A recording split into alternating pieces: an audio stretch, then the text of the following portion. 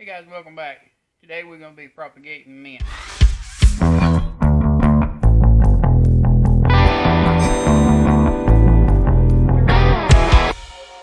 Mint can be very invasive if you don't contain it. You can plant them in planters, or you can take 2 or 3 gallon pots and put them in the ground. But you can see here is part of the root that I pulled up there where we have it in the garden. And it's very easy to do. You just take and cut in between the two where you have roots and just put them down into your container.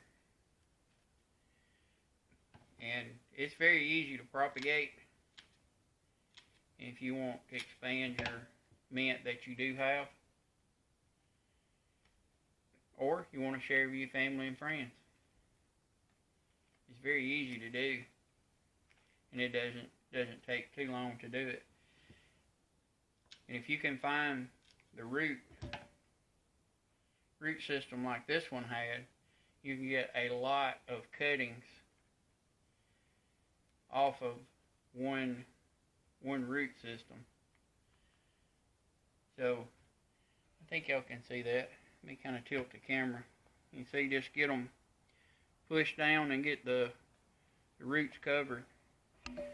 And it doesn't take much at all for this to take hold and go. You never want to put them in your compost pile, because it will take over in no time. Now this that we're doing here today is sweet mint,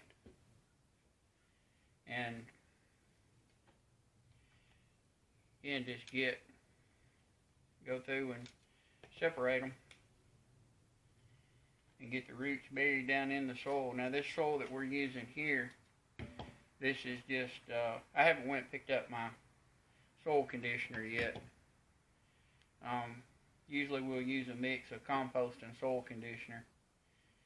And then you can take and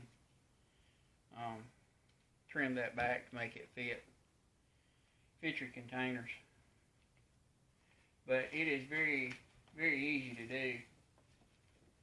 And see, here's another one. Let me kind of trim it down. And see, there's 1, 2, 3, 4 cuttings on that you can get. 1, 2.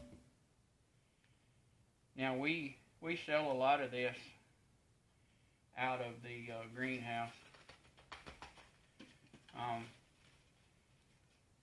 there's a lot of people that we sell to keep it in containers, and they'll come back by it every year. And mint is a perennial, which will just keep coming and coming. My grandmother used to keep it in the front of their front bed, in front of their porch. And when you'd have company come over, they would take a broom and just knock the top of the mint, and then the whole porch smelled like that mint. That's something that a lot of people don't do anymore, that front porch sitting. And there it is. It's 18 trays of mint, and they're still probably just what little I pulled up there is enough to do another right here. This is chocolate mint with tomatoes growing in it from the compost. This is chocolate mint that I did, I want to say probably 2 weeks ago, 2 or 3 weeks ago. And you can see how it's really starting to feel moist. Not wet, but moist. And keep it in some kind of protective cover and let it grow through the winter. And this will be ready to go in the garden in the spring. I hope this helps if you want looking to expand your mint, or to give some away, or share with your family and friends, or even sell some to your local produce stores. Hey guys, if you like what you're seeing on this channel, hit that like button. leave us a comment if there's something you want us to do.